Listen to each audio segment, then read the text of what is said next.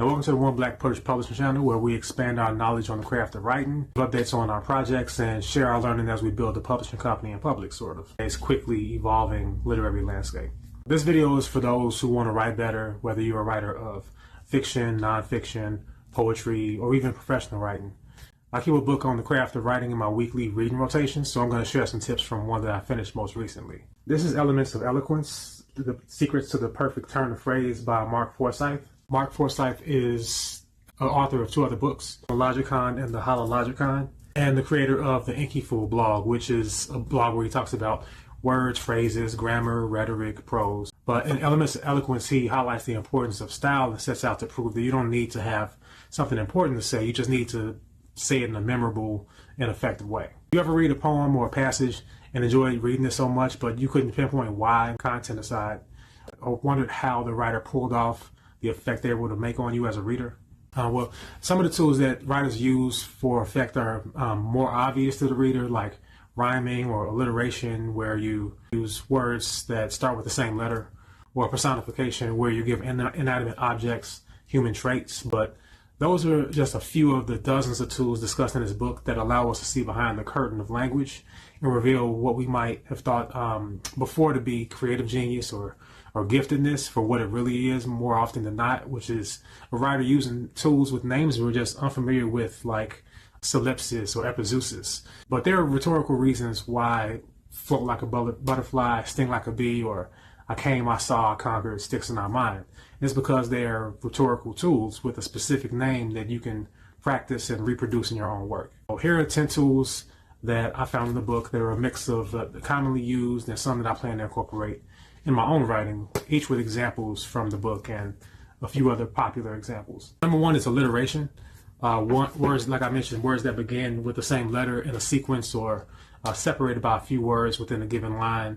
A couple really old common examples are like Peter Piper picked a peck of pickled peppers, or she sells seashells by the seashore. Those are examples of alliteration, and those might seem silly, but alliteration is still really common and effective in poetry and music lyrics. You can hear it in hip hop all the time. And you'll likely run into some alliteration like lurking in some of your favorite songs. Number two is epistrophe. And this is where you end each sentence, line or phrase or paragraph with the same word. A lot of political speeches use this. This is where find it most common is on their campaign trails. One noted one by Abraham Lincoln was government of the people, by the people, for the people. So that uses epistrophe with the repeated phrase of the people or the people to emphasize democracy. Another one is when I was a child, I thought as a child, understood as a child, and from the Christian literature. So using as a child at the end of the clause is another example of epistrophe. But a point that Mark points out in the book is that the longer that you delay the use of the word, the final word you're going to use, the better the effect. So an example he gives is from Utopia by Thomas More. He says, where affection bears rule, their reason is subdued, honesty is subdued, goodwill is subdued, and all things else that would stand evil forever are subdued. So he uses subdued and repeats that and allows for the entire phrase to be dramatized by delaying it. Number three is tricolon. This is where you use three parallel words, phrases, or fragments to create rhythm and emphasize certain ideas. The idea being that when we see two things together, we naturally connect them. And then adding the third thing breaks that pattern. An historical example would be, I came, I saw, I conquered. Conquered is a longer word than the other two. It breaks up that pattern. But an example that we're familiar with from the Declaration of Independence, for example, is life, liberty, and the pursuit of happiness. Pursuit of happiness, that's a phrase as opposed to life and liberty, which are just singular words, again, delaying the third for effect of breaking up a pattern.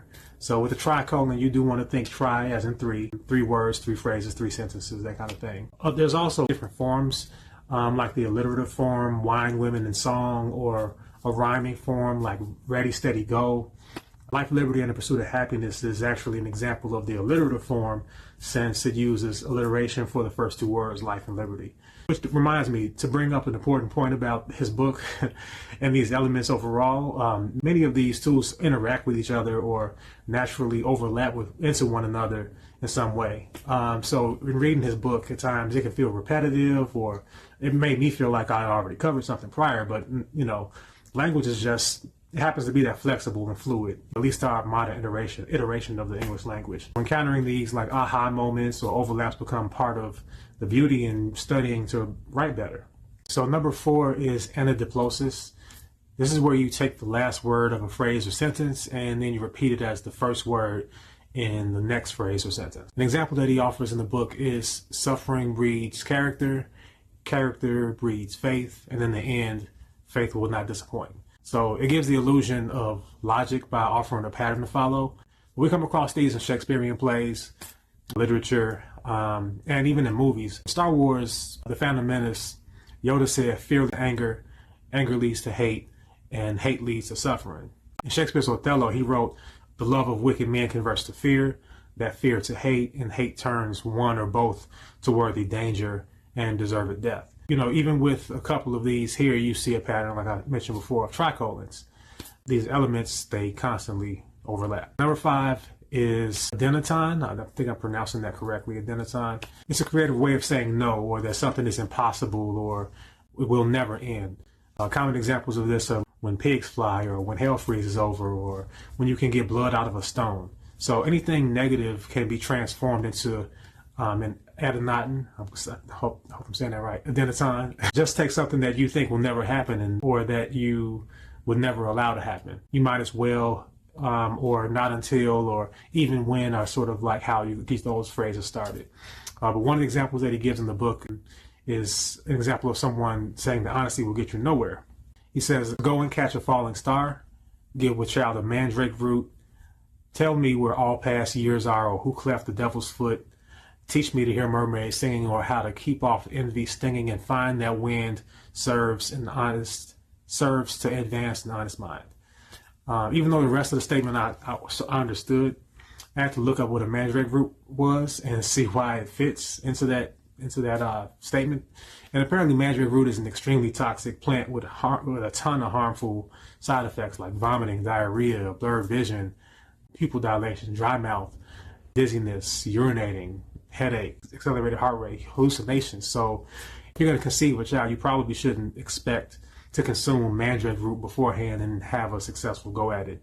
You may as well try to prove honesty is a widely regarded trait. But another warmer example that he offers is from W.H. Auden, speaking to a lover, which is a more positive take. He says, I'll love you till China and Africa meet, and the river jumps over the mountain and the salmon sing in the street. So while these are improbabilities, I don't want to call these impossibilities because we're probably due for something cataclysmic to happen, but we'll just say the improbabilities. He's negating the negative by saying, will not stop loving you until something impossible happens. Number 6 is transferred epithet. This is when an adjective is applied to the wrong noun. This is actually common too in everyday language. One example that he gives is a man smokes a nervous cigarette, but the more common examples are phrases like dizzying heights, guilty secrets, sleepless nights, mournful tears. What it does is transfers human emotions to a surrounding noun. So the person is mournful, but it's transferred to their tears. The person is dizzy, but the heights are what get dizzy. The effect of this is that it causes the world to come alive, the entire world to come alive that you're writing about. And all that's left are different objects with all these human emotions. So it's a really emotionally charged environment. Number 7 is the isocolon. These are two clauses that are grammatically parallel, or two sentences that are essentially the same. An example that he gives is, where I'm going, you can't follow. What I've got to do, you can't be any part of. So placing what and where at the beginning of each part of the phrase, and then you can't at the beginning of the second part of the phrase, produces that parallel. But the syllables and words don't necessarily have to match exactly from line to line like that. An example I gave earlier is from Muhammad Ali, his famous quote, float like a butterfly, sting like a bee. That isn't exact either. And the only words that carry over are like a, which aren't the most consequential, memorable terms in this phrase. But it still offers a rhythm that you can hear and follow easily. So that has more to do with meter, but that's a topic for another day. Number 8 is rhetorical questions. Did you know that there was different types of rhetorical questions? I surely did not, but he lists a few of them. One is Anadiplosis. Hope I'm pronouncing that right too, which makes us realize how much we actually have in common, or brings out our shared values. Asking the question, would you buy a used car from that man? Or would you trust this person to run the economy? It kind of presumes that we do in fact have shared values, or at least have access to the same information that would allow us to form similar judgments. I like it as a way of verbalizing what we believe others are also thinking. It's a tool I'm pretty sure that comedians use all the time, even if they are not familiar with that particular word. Another type of rhetorical question is aporia. It's when you pose a question that you really don't know the answer to, and it's often raised in a moment of doubt. It has a philosophical bent to it. Questions like, why do bad things happen to good people? What do you give the person who has everything? How do you trust someone who isn't loyal to their own stated principles? Or the example that's given in the book, which is how many roads must a man walk? That sort of lends to, or can lead to like writing a passage of exasperation or lamentation. Number 9 is ellipsis. This is one of my favorites. This is when one word is used in 2 or more incongruous ways. The example that he gives is Sir Edward took to feeling ill, took his hat, his coat, his departure, no notice of his friends, a taxi, a pistol, and finally his life. Note that he makes is when abstract and concrete are combined, it produces an interesting effect. Other examples are, you're free to execute your laws and your citizens as you see fit. Using execute in 2 very different ways. First is carrying out laws, which could be seen as an intangible thing, and putting citizens to death, which is very tangible, very real. And then lastly, number 10 is assonance. This is when you repeat a vowel sound. The examples he gives don't repeat vowels by a letter, even though it can, like with room and noon, the dolo, but just their sound. So you're not limited to things like the rain in Spain falls mainly on the plains. Assonance is how you end up with things like deep heat or blue moon, or she seems to beam rays of sunshine. Those middle vowels aren't, middle letters aren't the same, but the sounds are. You want to train your ear for sound instead of just writing with your eyes. That's why it's good to read your work aloud so that your writing reflects your voice, not the other way around. Like I mentioned in the beginning, there's dozens of these elements that he explains, sometimes with where they first appeared, how they work best, and when they don't work. So if you're invested in becoming better at writing, it's worth checking out. I keep a list of my favorite 10 elements close when I'm about to write something, just so that I have it in glancing distance in case I want to try something out. But it's probably a good idea to pull one out and just work on it for 15 to 30 minutes in a session to really put it into your arsenal, really get it in your bones. Hope you learned something new or got something valuable out of this video. Comment with which tool you're most likely to use and share with your writer friend. And then subscribe to learn more about the craft of writing together. Receive updates on our projects, our current project being our literary journal, which we're still taking submissions for. And if you're interested in submitting, hit the link in the description. Peace.